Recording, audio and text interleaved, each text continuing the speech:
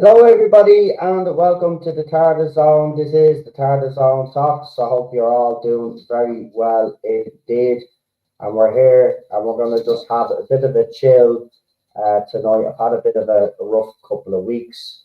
I'm not going to get into it, but what you call it. So I just want to have a chill stream and just have a bit of a chat about some of the underrated Doctor Who episodes Jordan Newhou's run. So we'll be here for an hour, and I've got to fly off because, yeah. Anyway, just before we get into all of that, I just have to say a few words. So, PD Rich won't be with us this week, but he'll be with us next week. He's got some stuff on tonight. But Queen Charlotte will no longer be appearing on the panel for a while anyway. Just to fill you in, as you know, I've been getting very involved in activism over here in Ireland. And there was a recent protest, and we blocked off O'Connell Bridge. Now, I, along with a few others, were arrested by the Gardaí and taken to the Garda station. Now, I was released without any charges. Now, I have the footage of my arrest, and I did absolutely nothing wrong. And for people that have seen the video, because I've only shared it behind the scenes, but for people that have seen it, they can back me up. I did absolutely nothing wrong. But basically what happened was there was people worried about me, and went and told everybody that I'd been arrested. And yeah, so, Queen Charlotte came to me. She's a little bit worried about what's happening. She doesn't fully understand it. But she's taken a break from the channel now. She said it won't be for forever. But I will say that I'm not going to sit here and lie to you, but I'm actually gutted that she's not going to be part of the channel anytime soon. And I just want to personally thank her for all the years that she has been on, because she's been one of the best panelists that we've had on this channel. So there is no hard feelings, but I just want to make clear that I'm actually innocent and I didn't do anything wrong. And I would hate to think that people believe that I've done something wrong. And that's the thing that's going to get into me, and I'm not going to lie, it has gotten to me. And the way they brutalized me, I've seen them. It's hard to watch actually. But I was standing there with my tricolour, and I was live streaming, and they dragged me down to the ground, and 5 of them jumped me. One of them tried to break my arm. I've got bruises all over my body. My wrists are bruised. Now you didn't see the scar, but there was, my eyebrow was in bit, but that's after healing up. There's just a bruise there. But yeah, it's just been a difficult couple of weeks. I'm not gonna lie, but it is what it is. And as I said, there is no hard feelings at all. As I said, Sharon has been one of the best panelists that we've had on. So there was no point in me not saying anything, not keeping it from you because eventually it come out. So it's probably best that it comes from me and I let you know what the situation is. So that's the current state of everything. But look, we'll keep doing what we're doing, and hopefully one day, people will see, you know, that I'm just doing what I believe in. Anyway, look, I'm going to leave it there before I get any more upset because I'm not going to lie, I am. But it is what it is, and I respect Sharon immensely. So whatever decision she's made, I respect it. Um, but as I said, it has been rough on me, I have to say. But what can you do? So that's what I want to do with Chill Stream today. I just want to talk about Doctor Who, the underrated stories and stuff like that. So Ted, don't please hold on. He's barking at another dog. Come here, buddy. What did I tell you? Get right from the window. Come here. Come on. Move. Move, buddy. Up to your chair. Come on. Sit on your chair. Up in your chair, buddy. Come on. Come on. Good boy. Now you sit there and behave yourself.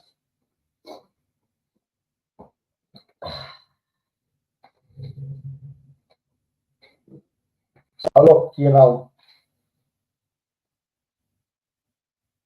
we'll keep going and we'll keep doing what we do, and I wish you had the best of luck with everything, and we'll keep in touch. Like it's not as if we won't talk. Of course we will, but it is a tough one to take, I have to say.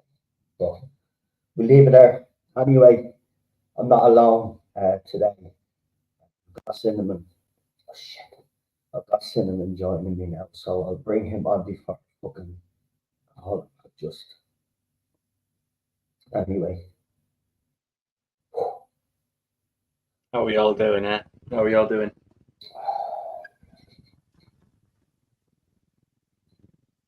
One of them days, eh? I fucking swore I wasn't going to do this. Oh.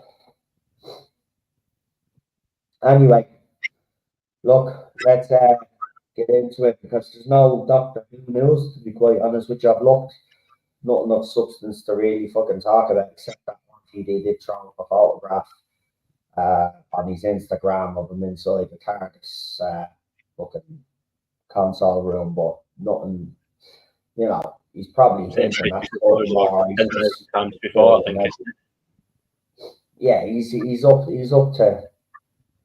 something, but there's nothing really going on. So we'll talk about underrated episodes of New Who's Run, because there is a lot. I think there's a few that definitely don't get the credit they deserve. So Cinnamon, I'll start with you first. What episodes do you class as underrated in the new? I'll tell you what. We'll break it down. We'll start off with RTD's era, right? His first era, obviously not this one.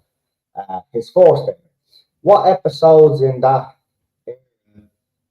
5 year run that RTD had? Because remember, you had the specials as well over a year. Which ones do you think are underrated, and you believe should get more credit? I think there's always one, and this will probably be one that I'm going to guess maybe none of you will expect, because it's an episode that I just don't see many people talk about. It's a weird episode. One for many reasons, but it's not a bad one. By common consensus or fandom, it's not regarded as amazing, but it's not regarded as the worst. Again, it's actually often meh. it's forgotten about. People like you think, oh yeah, that one. Oh yeah, I forgot about that one. But it's always struck a chord with me. And the episode in question was written by Stephen Greenhorn, so if that gives any clue. But I'll just tell you now anyway. But it's the Lazarus Experiment. Again, probably a bit of an odd one. Probably wouldn't have thought, oh, that one. I Yeah, agree with you. yeah, that one. Mainly because, to be honest, people, the first reaction, I can already get it. People are going to look, the first initial thing you jump to, oh, CGI, it's terrible now, isn't it? Okay, is it great by 2024 standards? No, but I don't actually think it's that terrible. I could No, easily watch that. the I could easily watch that storytelling. and see the CGI and see the creature and think, oh, that looks terrible. Honestly, I could watch that and think, yeah, it looks okay. No, I obviously, have maybe to, give it another 30 years, maybe. And see how good technology advances in 30 years. If let's say in the year 2050, if I'm still around, and I'm watching that, okay, maybe by then it might look a bit rough. But I think even by today, I don't know. Maybe I'm contradicting what I just said about maybe not looking good in 2024. But I don't know. I think it's an okay no, I CGI. think the story Not is the best, great. obviously, but I it's think the okay. And story in is terms of great. the story itself, yeah, the story itself, it's important. It's not a sort of, it's not like the Doctor's Daughter, where it's not really got any sort of connective tissue, bar Martha. It sets up the plot, and the whole thing about the whole aging technology is used by the Master later on anyway, with his sonic device as he ages the Doctor. So there's the continuity in that. There's some good sort of character work between Martha's family and brings them actually into it more. Because the one good thing about Russell's run was that his ability to incorporate families, and they were always done well.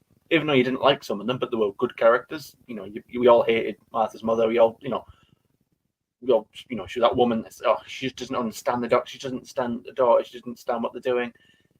She sort of acts as a sort of maybe semi-villain, antagonist anyway. Probably the better word for it. But the whole dichotomy of that and the whole element of that, and I think, I don't know. I mean, of course, Mark Gatiss is a good actor. He's had several roles now in the show. I don't know. I think there's an all-round story, and again, as a creature, again as a kid, it scared me. And ultimately, when it comes down to it, that's what Doctor's supposed to be. Really, it's supposed to scare you, isn't it? It's supposed to put people behind the sofa. That's the old cliche, isn't it? And it was always a story. Again, it's probably an age thing as well. That probably has something to do with it. If you grew up in the 80s and you're used to a certain style of Doctor Who, and then you watch that, in the sort of contemporary, or what would have then been contemporary, early 2000s, it probably might have been a bit different. You tipped, a slightly different theme. It was the whole premise that RTD given to Stephen was, like a mad scientist done wrong kind of story, and to do that in Doctor Who. But again, this is my era. So this is, I grew up with this story. I grew up with a lot of these episodes. So I think naturally I'll have a different affinity to it than perhaps someone who grew up and grew up watching Robots of Death or something for that example, for that caliber. But I don't know. I think it's a decent story. That again, it's not massively hated. It's quite rather overlooked. Like I said earlier, it's a bit of a funny story. Because again, like I said, it's not really. It's not as if it's got no connective tissue at all. It serves well for the characters from Martha's family, Tish, Leo, her mother. Again, these characters you can even remember the names. To be honest, I can't even remember. Do you remember Yaz's mum? I don't remember what her name was. So, there's that. But yeah, that would definitely be one for me. Would be Lazarus Experiment season 3. Yeah, I would have to agree with you. I like Lazarus's backstory. When he's talking about. Do you remember when him and his wife are up on? They're looking out over London, and he's talking about, well, this is where I grew up as a kid, and they were talking about all of the bombings and stuff like that. I do agree with you. The CGI, yeah, I think people judge this very harshly because of the CGI, believe it or not. But you're right, character development in this is actually very good. You have the whole dynamic as well of Martha's dad being a bit of a fucking clown. He's got the trophy girlfriend. You got the mother who's bitter, sleep, you know, and yeah, while she is trying to look out for Martha, she is being a bit of a cow, let's be honest, and she gives the doctor, like the doctor always gets a bit of a wallop in the face. Um, but I do like this story, I really do. I like the concept of it. Yeah, the CGI is bad now and it holds up bad, but I think that adds to the charm nowadays. Because let's be honest, Classic Who wasn't known for its CGI or its practicals. You know what I mean? Everything was practical, and we had shaky cameras and all of that. So I think it adds to the charm, to be quite honest with you. But I'd have to Oh agree yeah, with you yeah. on that. Like For me, Boomtown is underrated. Do you remember yeah. Boomtown? Again, probably that. Just quickly before I finish though, but on the Lazarus Experiment again, it's like that. You know, it's typically the first criticism of it. People go again Yeah. straight away. The first people say, "Oh, the CGI, CGI." But again, does that okay? Is it perfect? No, but like, does that actually take away from the story? Maybe slightly, because obviously the whole point is that the creature does rely quite heavily on CGI.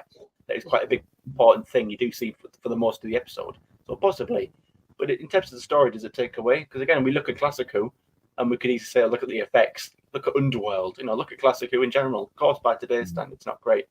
But yeah, like I say, I think it absolutely adds to the charm. But like as we go on, Boomtown, absolutely, Boomtown. I always really liked, for numerous reasons. Great character work. Again, even with the Lazarus Experiment, fantastic doctor scenes where you got him Yeah. and the whole debating back and forth about morality and really good doctor moments. Again, for a sort of middle episode of the season that again most people overlook. There's some really good scenes, and again with the doctor in Boomtown, it's a more relaxed setting. Okay, you've got the whole ripping open Cardiff at the end, but like throughout most of the episodes, it's quite relaxed naturally, Yeah. because it's like the episode right before the big finale. Probably the budget there was least budget there, but I really like that episode because again, those early sort of 2 seasons at least, the first 2 seasons, and I say two, it might be another example possibly, but I say two because they did it twice. They did it with Cassandra, and they did it with Margaret. Was it Margaret, the Slovene woman? They brought her back. They brought them both back, twice. Of course, we saw Cassandra in End of the World, and they brought her back for the Tennant's first story. But they did, these weren't just sort of villains that appeared once. I like what Russell did is that he, again with that continuity, bringing them back. Again, he brought Cassandra back because at that point David was the new Doctor, so to have something again that connective tissue from the previous season. Okay, Rose knows Cassandra, like Cassandra knows Rose, so there's that element in there. With the help with the whole change of the new Doctor, but even with the Slovene, Belle Foch or whatever it was, again to have her come back. Again, she was only in the same season a few episodes prior. So again, to have her come back and then sort of, again, she wasn't just villainous. Okay, she did at the end, but again, she got a second chance at life. But that character work, even with her character, she's just a pointless character. She appears in 3 episodes, again, of the first season. So again, that's not totally pointless, but you get my meaning. In terms of the overall show, she's not a massively important character. No, but the fact but that she's she's got not. more time to develop, and again, they Yeah. explore how, like, even though she's an alien and she once was so ruthless and so vicious and she's killing anyone, the fact that because she's now living on her own, she's now by herself, she's kind of stuck on Earth, she has to sort of fit in and play along, because what else can she do? She has been sort of slightly humanized, and that scene in the bathroom when she's talking to the woman who's pregnant, and again, she sort of was about to kill her, and then she has a change of heart, and you've got a child. I had a child once, and I had a family. Again, some good scenes. There was so many good scenes like that in Classic Who. That I think. Was there any of that happening now in the shooting season? No. Are we getting those strong scenes of that nature? No. I wouldn't think so. And again, this is Boomtown. Again, a typical sort of that episode before the finale. Again, it's not the strongest in terms of the biggest. It's not the one people might necessarily jump to. It's not the empty child. It's not Dalek. It's not that. But again, not every story, not every music video, not every comic has to be the biggest and the most epic. Sometimes you like the calmer stuff. And those scenes with him in the restaurant when she's flicking the finger darts and he's just catching it and like toying with her. Again, just fun sort of scenes. Again, when do you ever see the Doctor just sort of casually sat in a restaurant with a woman? It's different. It's different. Again, people at the time might have thought this isn't Doctor. Why is this so laid back and casual? And why have you got Mickey in there? But again, that leads me on to the second point, or my other point. I don't know how many points I've given so far, but the whole group of them, Mickey, Captain Jack, the whole thing's really starting to gel together. And you get the impression that, like, by this point, Captain Jack has been traveling for a good little while with Rose and the Doctor, because he seems very comfortable, even to the point of giving orders. And you see that look where he just sort of looks at him like, excuse me, who's in charge here? I mean, cocky Jack, he's got some confident swagger about him. But I like that, the whole sort of little sort of family unit, and I like how that carries on, because it starts in, of course, the Empty Child, continues in Boomtown, and then the finale. That was great, with the Doctor, Rose, Captain Jack, and then Mickey and Jackie sprinkled in at the end. The whole group, the whole lot of them. I think again, like I said with the Lazarus Experiment, really good character scenes. It's not even necessarily about was the story as good. Again, it's a bit like a lot of people have said. I mean, I haven't seen it yet, but like I think you've said and other people have said about the Deadpool movie. Is it got the strongest script? No, it's not. It's not a Stephen King novel, but it doesn't have to be. It's a fun movie. It does exactly what it said on the tin. You get what you're given. I think that's why I don't compare something like The Doctor and the Widow and the Wardrobe to Waters of Mars. Those are just two completely different stories that probably should never really be mentioned in the same breath, same sentence together. And that's what Boomtown is for me. Okay, does it have the strongest story? Is it going to be the best Doctor Who episode ever? No. But for what it does do and for what it tries to do, it works and it succeeds in it, I think. Yeah. I think, Margaret, she was great in it. I think that story suffers because of the alien, because fart and gas aliens. Let's be honest about it. It's not the most appealing. But what I like about Boomtown is it actually, shows the mentality of these creatures rather than the way they looked. And those scenes are excellent, the two of them. I mean, those scenes in the Tardis, and then when she looks around at them all, like, because basically they're sending her to her death. Like, that's a very powerful scene. And then, as Cinnamon said, the restaurant scenes, while there's a bit of, comedic, are you for real? Comedic element to it, like, it's still the undertone is quite fucking serious. Like, she wants to wipe out the whole of, like, just to get out off the planet. Like, do you know what I mean? And then look, her character development in 3 episodes, just 3 episodes, is better than any of the character development that RTD has managed to do with any of the characters now. Right? Even Jackie Tyler, right, who didn't feature heavily throughout the run, right? She did have moments to shine, but her character development was off the charts. Like, we knew a lot about Jackie. Do you know what I mean? So it can be done. You don't necessarily have to have loads of screen time, but if you've got people there that understand the characters that they're trying to write and convey to the audience, it could be done. And I do think Boomtown, because of the fact that, when that two-part that came out, Aliens in London and World War Three, and then we had the walking pig, I think, every Doctor Who fan was kind of laughing a little bit, in fairness. It was a bit, I say they were the weakest episodes in that season, but I think by Boomtown, when that Boomtown episode came out, I think it brought back a little bit of respectability for the actual aliens themselves as well. So, for me, I'm going to say Boomtown is one of those that's definitely underrated. I'll ask you for another one, Cinnamon. Can you think of another underrated episode? Well, sticking with the same season, the long game actually. Oh, I've got a thing about season one because actually an episode in season one that I actually don't like. Really isn't. Every episode, of course, there's some better than others. But I actually, looking back on season one, there isn't one that I think, oh god, or there isn't one I sort of cringe at. Even the farting aliens, because there's a certain charm to all of that. And it's like you said, Boomtown is a bit more serious. It's a bit more mature. Even the stuff with Mickey and Rose's relationship, and you start seeing the cracks there.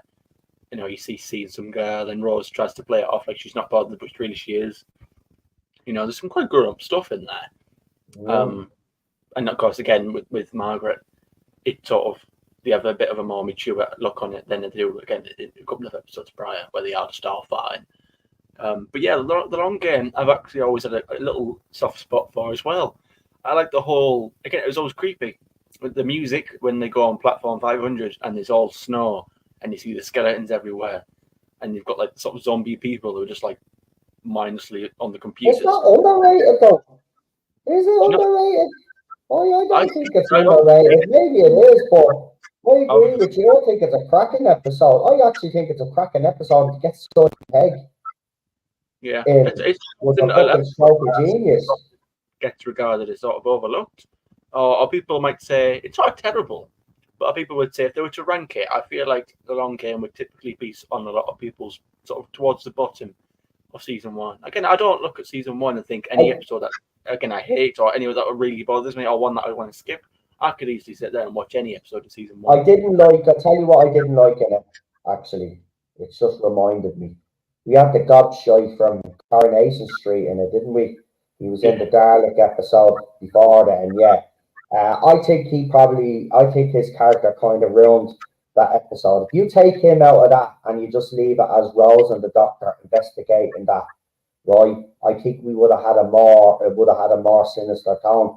But I agree with you. It is, if you look at that one, that is actually is a scary one for kids. If you're looking back, skeletons, as you said, going up the floor 500, you think it's made of gold, and then when you get up there, it's as you said, it's snow, and it's like, and then when you get into the room, and then you finally see the Jaguar is up there, and you're like, what the fuck? You know what I mean? I actually think that I don't know. I didn't know that was underrated. If it is, what he's all doing? What he's Yeah, all doing? That's a good story. sticking on the theme of continuity, it's also quite important because again, well, due to numerous reasons, of course, they wanted to sort of keep continuity within the first season. That's why there wasn't too many off-world stories. They wanted to sort of keep it focused on Earth, and the few times they did leave Earth, it was all on Saturday at 5. They went there like 3 times that season. They went was it End of the World? Yeah, It was there. Again in the long game, and then again in the finale, like they mentioned it like a good 2-3 times. They meant the face Boar made a little cameo appearance in it, so there's that element to it as well. You know, it's just a random place. It's there's a little bit of a theme running there. The whole thing about consuming information and having it like again a click of our fingers opened up a brain of having information so readily accessible. That kind of is very modern now. That like again, watching that episode and then seeing it in today, and to think about how so accessible the internet is to us. Because again, of course, the internet was around in 2005, but you probably needed a good PC, a good internet connection. Sometimes people would have to go to the library and log on to the PC there if you wanted to get access to the internet. It wasn't so much like now where majority of people will have a smartphone where they can easily access anything. Whereas, again, now having so much information so readily available to us whenever we please, and having it sort of again at a snap of her fingers, and the theme of that episode, that's again, it's not a bad theme there. Again, probably the weakest part of that story. Again, I probably would say is that character. Again, I've kind of forgotten his name now. Rose's boyfriend, as the Doctor said it, but the whole thing about that episode again. Like I said, I've always found that quite disturbing. They idolize. They've never been up platform 500, and if you do go there, you never come back down. And there's like, oh, well, what's so special about it? And the big boss, again, I'm just thinking about it now. It gives me sort of the Green Death vibes in the sense that there is a sort of big boss at the top running it, which the Doctor sort of meets at the end, that no one else seems to know. or who's this big boss, and why does everyone who goes to see it never come back? I don't know. It's a sort of theme. It's a really icky, sort of grim, creepy theme that runs through season 1. That's why I prefer season 1 to season 2, actually. Even though I prefer the 10th Doctor, season 2, actually, I would argue, it's not. Again, it's the way I say it, but it's not a terrible season in terms of Doctor. It's not awful, but in contrast to the other seasons that Russell did, it's probably the weakest in my opinion. I prefer season 1, season 3, season 4, season 2, just purely on the fact that I prefer season 1's episodes. I think they're more consistent in quality. I enjoy, again, nearly enough all of them. I don't think any is bad. Whereas there are a few stories in season 2 that I would think bit naff. Again, if I was to pick one, Love and Monsters. It's a great. Yeah, I want to appreciate it more. I was itching to get in there on that one. That's well, go on then. I'll let you pick that. That to me though, Love and Monsters, right? I've always defended that episode. To me, it is highly underrated. Look, I know Peter Kay when he transforms into the alien. I forget the name of I forget now. But Absorbaloff.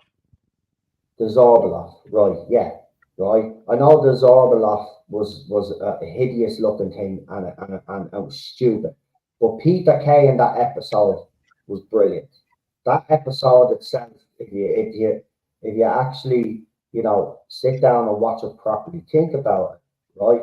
The Doctor arrived on the night to Elton's gaff when his mother passed away. The night that she passed away, that had a psychological effect on him.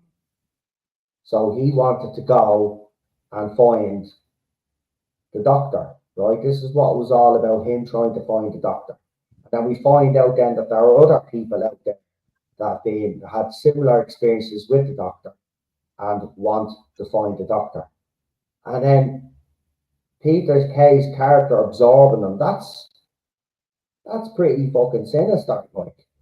Do you know what I mean? I thought the character development again in that you actually felt for the characters. Yeah, it got weird at the end with the fucking slab and the head. Right? I mean, Jesus Christ, thought where we have some sort of sex life. You didn't need to tell people. Yeah. Right, but that part was weird. But overall, I think that episode is great. I mean, Jackie having a meltdown as well. This is the episode for me where Jackie shines, to be quite honest with you, because you see the effect that traveling with the Doctor has on family members that are left behind, right? And Jackie is devastated, right? She doesn't know whether her daughter's coming home 1 minute or not. She doesn't know whether she's safe or not. You know what I mean? And you get to see that. And then she has that scene outside with Elton when she finds, what's it? She's sticking a tenner into his pocket or something because he went and got pizza. Picture. That's what it is. And then she has her meltdown and she tells everybody, she's telling us, the audience, what effect this is having on her, So Jackie, as I said, she doesn't have many scenes, right, up until that point. But they focus a little bit on Jackie, Eldon, and of course the group Linda. But they give Jackie her due here. And I have to say, the acting is absolutely brilliant. You well believe it. And then you can actually see the impact that has on family members that know that our daughter's traveling with the Doctor. Like, she doesn't know from one end, and she's trying to get on with it, but it gets to her. And I loved it. Listen, I think Love and Monsters overall is a great story. It's just a shame that again the department that was coming up with all of these designs for the bill. If that Zorbaloff had looked more sinister instead of a joke, I think we'd be talking about one of the best episodes here. But the fact that again people seem to judge it on that and that weird part at the end, which is justified by the way, I'm not saying it's not justified. That part at the end is RTD all over, weirdo, right? Leave it out, man. It's a fucking family show. Nobody needs to know about a slab and Elton having a sex life, right? We got it. We kind of get it. You know what I mean? You don't have to tell us, right? We kind of got it. That's sticking around. Well, obviously she's dead. Even thinking about it. But Peter Kay was great in this episode, I thought. I thought the supporting cast were all very good, and you felt for them when they all got absorbed. Do you know what I mean? And Elton, you could feel his pain. You could feel his pain. And it's nice when the doctor and Elton get the moment and he explains what happens. Like, but it's. I think it's a great story. I really do. I think it's Yeah, I really, totally really agree. underrated. It's one of them that is I really probably underrated. I probably think it's changed. up there. Yeah. Peter Hare was one I probably should have said, not Love and Monsters, because again, I actually do quite like Love and Monsters now. I never as a kid, because it's the sort of story that you need to be mature to understand. And as a kid, you just sort of look at it as, a bit like I did. Well, the Doctor's not in it, and you've got these boring people. I've not seen these people before.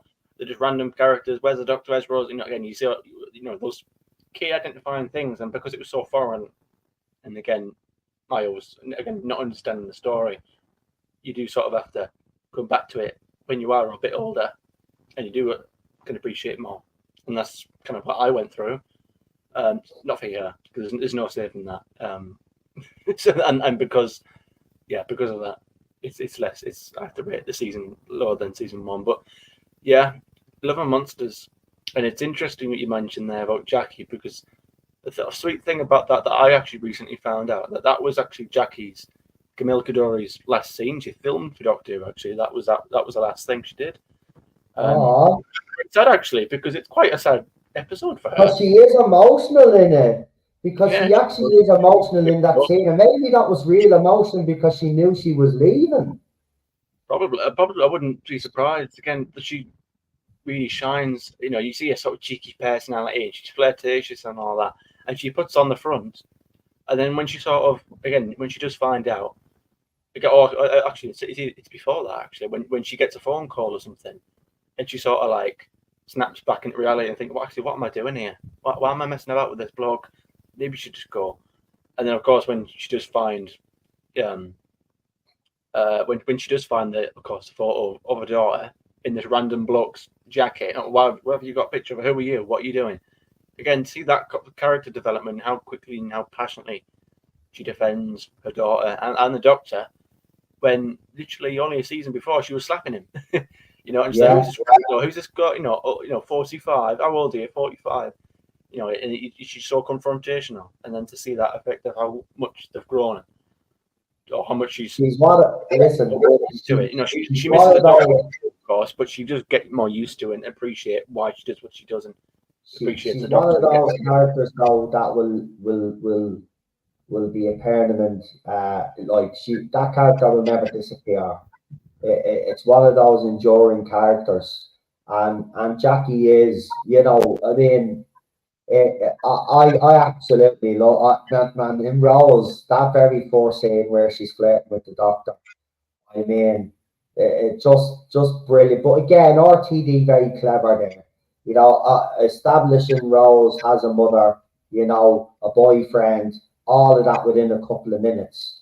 Do you know what I mean? It fucking, he, I don't know where he's gone wrong, to be quite honest with you. But Jackie, yeah, I love Love and Monsters, and I'm not ashamed to say it, to be quite honest with you. I can't even remember where I even found that out. That was the last thing she filmed. It was a couple of months ago. It wasn't even that long.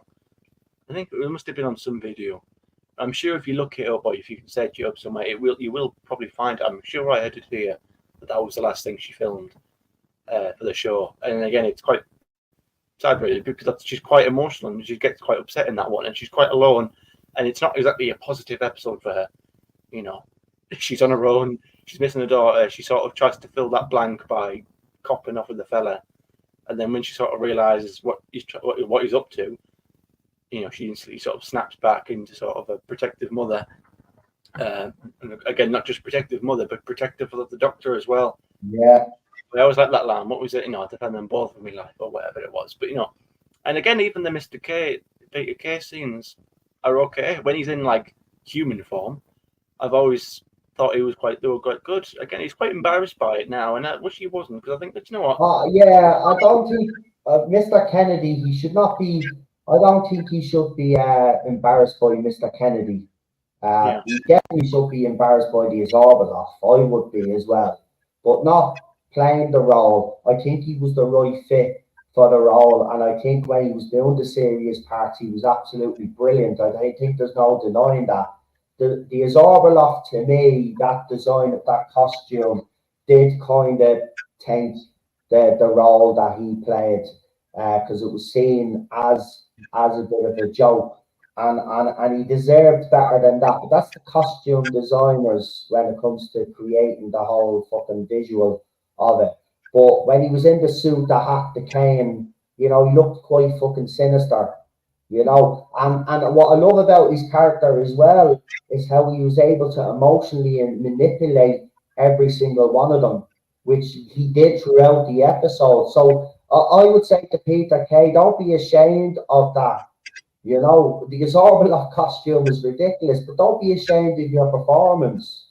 It was Yeah, absolutely I great think until you turned into the Azorbalov and you start sticking your tongue out. Now, I get it, but it was a bit much at the time. Got to be honest. But your performance overall was absolutely fantastic. I have to be honest, it was. So I don't know why, if he does, he gets stick, and why he's ashamed himself. Don't be ashamed, man. I love that character, Mr. Kennedy.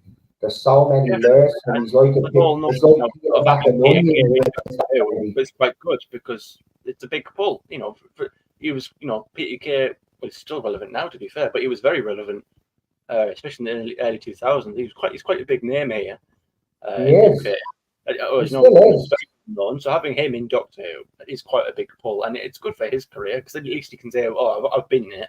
And in fairness to the costume, it was designed by a child, so a part of me just wish if they didn't have that competition where they were getting submissions from children, and they actually went full throttle and said, "No, let's let the actual production team come up with a decent costume." That would be more Yeah. intimidating. Again, it probably would have been better. It's just those small margins, if they didn't have the competition, or if it wasn't simply drawn by a child, or something like that. It could help the episode. And again, what I didn't notice about it as a kid, and that I do now, is actually how very, very continuity it is. The whole episode. It's the fact that it links with. It's clever because it's cheap, but it works. How they use scenes from previous episodes and put them in this one to fill up the air time. But it's cheap, it's clever, but it works because the whole point is that Elton is obviously recounting or recalling his events, and from what we've already seen. So of course he talks about when the spaceship crashed into London, and of course they'll use the footage from that episode. So again, it's a little bit cheap, but it shows Yeah. you where he But was, what? what he was experiencing, and where he was at that time. So you can sort of imagine, with the next time you watch Aliens in London and World War III, yeah, somewhere out there's Elton, seeing this and witnessing this, and then of course one over Christmas, the new Doctor, etc. There's about 3 different events I think there was that he recounts, and it's just like, oh yeah, like there are other characters out there, and it's very good. It's good for world building. The fact that this nobody, random guy in London, tells a story, that sort of, and I suppose the reason we're getting that story because he does later come into contact with the Doctor, but at that point he hadn't. Well, apart from when he was a kid, but in terms of his adult life, he's just a nobody. He's just an average guy, average bloke who dances in his bedroom, in his flat, and it's again all that character work, and he's very likable. He's a very good protagonist. He's not, he's flawed, but he's likable. He's not full of himself, and the whole dynamic of that group. I can't even remember what they called it. They came up with an acronym. The whole lot of them are really good sort of friends, and they're good. You can tell it because they got on well, and then you could even just see, of course, that scene where Mr. Kennedy does come in. Even Elton says there's a line where he says, "Oh, and all that changed. There was no more fun parties. There's no more music being played. There's no more bands. There's no more singing. No more cooking and bringing in cakes for people." It was That's what I mean. it went all serious, and it was all about investigating. It was That's what I mean. It brought them together. It did. Doctor was more of a hobby. Yeah. But then when Mr. Kennedy came, it became an obsession, and it wasn't fun to look for the Doctor anymore. And it was becoming a forced chore, and nobody, they were all sat at different desks, and it was all very controlled. And again, like you say, it was manipulated. Linda, that was it. Linda, I can't remember what it stood for, but it was, detective agency maybe. wasn't it London in Detective something sort, but it was Elton that came up with it.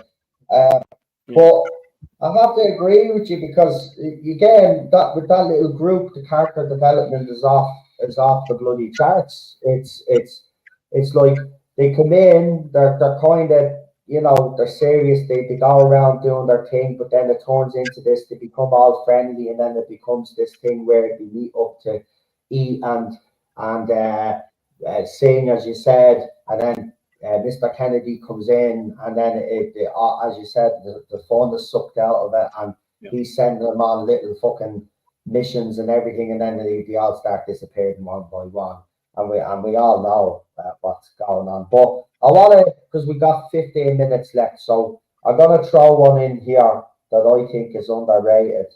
I don't know if people are gonna agree with me. But this is the last. We'll do another part, by the way. We'll next week we might go into more underrated episodes or maybe Christmas specials. But the one Yes. that we're going to finish with tonight is one that I think is underrated, and that's The Girl Who Waited. Yeah. I mean, From Series 6, yeah. I'm not messing. That's an emotional ride. That episode. It starts off so innocently, right? As you know, she just happens to press the wrong button, go into the room, and then you find out that pretty quickly that this place is not, what it seems to be, and these bots are trying to basically, cure them, and by curing them means by deleting them, basically. And obviously, then the doctor attempts to try rescue Amy, and then we see what happens. We see an older Amy. She's very bitter. I mean, that whole what happened to Amy, even at the end with Rory, right, and the doctor, like, and he's basically telling her she can't look. You've got to choose one, right? You either take this one or you take that one, basically. And that scene is just fucking, it's heartbreaking. And the bot right at the end coming in, touching her, and then she obviously, but seriously, that actually took a lot out of me at the time when I watched that, and that was an emotional one. I really do love that story. I think it's a basic story. It's not complicated, but it's got this again. It's a sinister theme running through it, where constantly their lives are in danger, which we're kind of missing from this current iteration and even Jodie's era. That danger has been removed. There's not that constant threat of them, being, at death's door every 5 fucking. But in this episode, you could feel it. Like, it was very well done, have to say. And then trying to figure out the clues and everything. It's just, and Amy, like, you're just heartbroken for older Amy. It's just, but again, traveling with the doctor, it shows you what can happen and the realities of traveling with the doctor. One little mistake. I remember he got there didn't he get there? It was there because he was there before or something, and he lands there.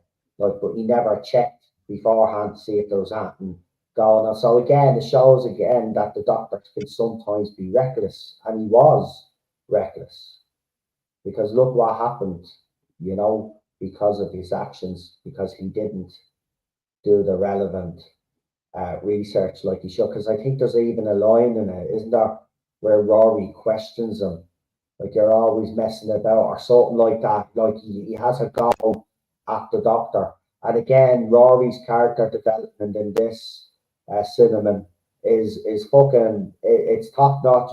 You know what, Rory, for a character that just started off in the 11th hour and then he slowly started to appear more. But I think if you were to do a poll on who your favorite companion was between Rory and Amy, I have to be honest. I think Rory would just hit it. I think he was a very popular character. I think, we got the development of him. We seen how stupid he was at the start, and then how confident he got throughout it. I think Rory's character development is just absolutely uh, brilliant. What do you think of uh, the girl who waited? Well, I watched it fairly recently. I watched it with my partner, and again, at that point, I hadn't seen it in a long time.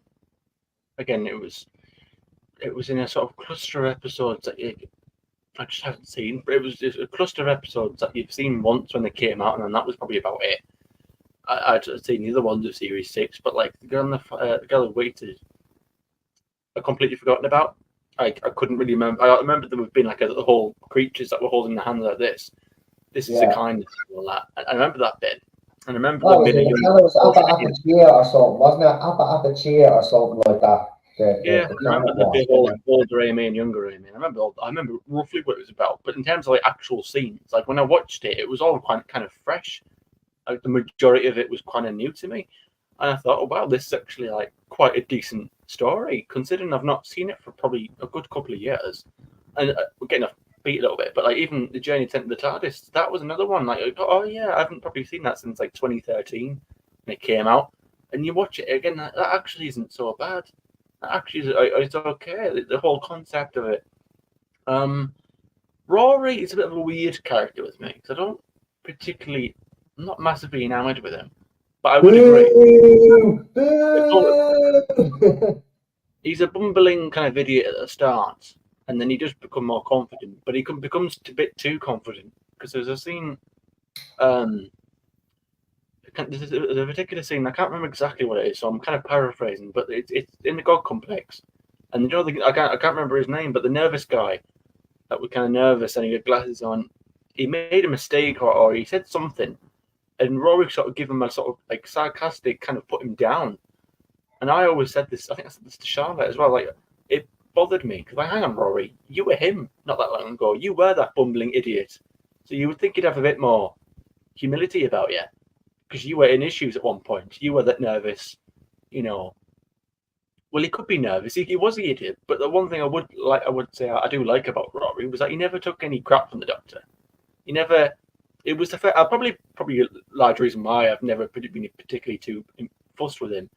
It was probably because of that. But then I've grown to respect that part of it because he did actually challenge the Doctor. So I suppose when I was younger, I just saw him as he's confrontational. He's a bit he's not the Doctor's. He's not really friendly with the Doctor.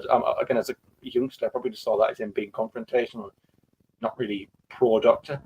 Whereas now, I see that as the opposite. The Doctor's had so many people who blindly follow him. I mean, I like Martha, but the way she looked at him, there's probably like doughy dog eyes. It's like when you talk about Gallifrey, it's like okay, there's that, but it's nice to have someone who actually doesn't hang on, holds him to account, or because he's not trying to get with the Doctor, like again they've done with some of the companions. Obviously, because the fact that he's a bloke and straight and he's already married, so he's definitely not after him. So he just sees him as well. I'm here because I'm kind of your friend, or I've grown to be your friend, even though you took my wife, who I didn't know, all over the space, and so there's a bit of awkwardness there at the beginning. But I always liked how the Doctor actually learned from Mickey and Rose, because he made an effort. I think I can't remember where that was. I think that might have been in this sort of extended universe law there. But he learned the lessons from Rose and Mickey and how. Well, he did. Vampires in Venice.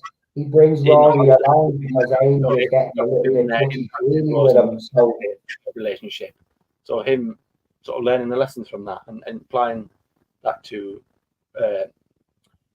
Amy and Rory and helping them and making them work. Again, which is probably why we got Vampires of Venice. He takes them on a sort of funny move. He encourages them to spend more time together rather. It's kind of the Doctor's idea to bring Rory on board anyway.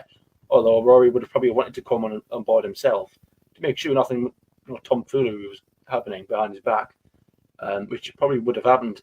Well, it nearly did. But so that I do actually kind of respect Rory for, because he didn't. He would confront the Doctor. He would sometimes unfairly, but sometimes rightly so. You're like, what are you doing this? Like, are you a bit incompetent sometimes? Because I Yeah, I suppose, think I think when Rory did have a go at the doctor, though, I think it was justified every time. I don't think he deliberately went out to to be confrontational with the doctor. It was only when he saw he was being a bit too careless with Amy or being maybe too cavalier, and he just wanted to remind the doctor, like, basically, that's my woman there. You have to be a bit more careful. I like Raw. I really do. I mean, do you know what? We should do that next week. Actually, we should. We'll do another part to this maybe in a couple of weeks' time. But next week, what we should do is probably go through all of the companions in New Who and talk about them and see where we kind of rank them all. I think that'll don't be get me wrong, it's definitely better than the likes of Yaz, Ryan. yeah. Well, we'll do it up to Ellie. Pete Capaldi's era.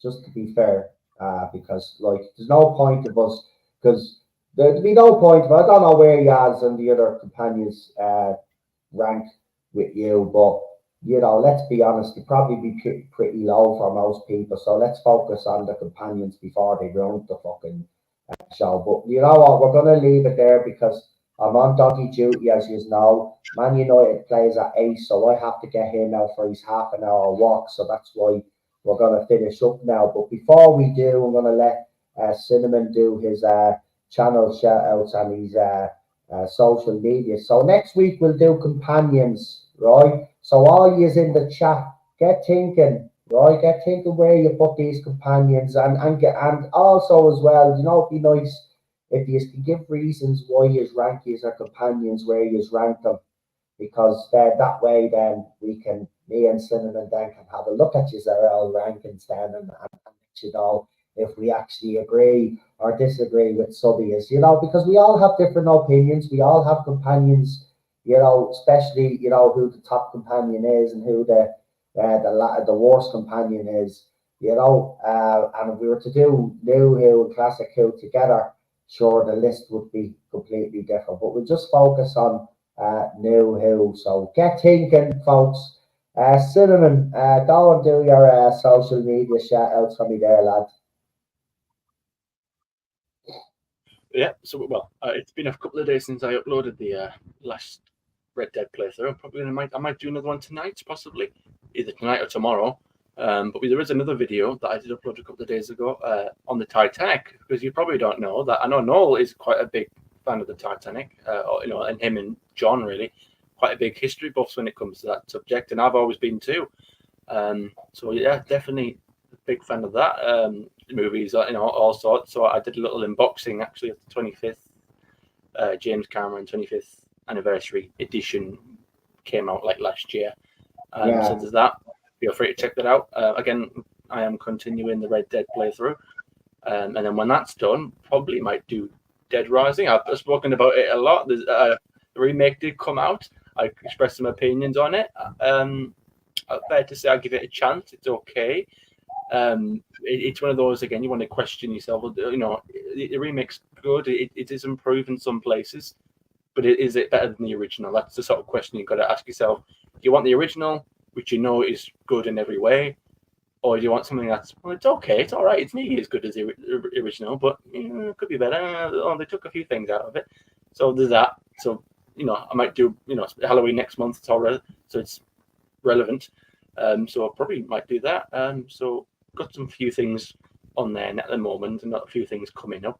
But if you're interested, feel free to check out my channel, Cinnamon Toast Crunch.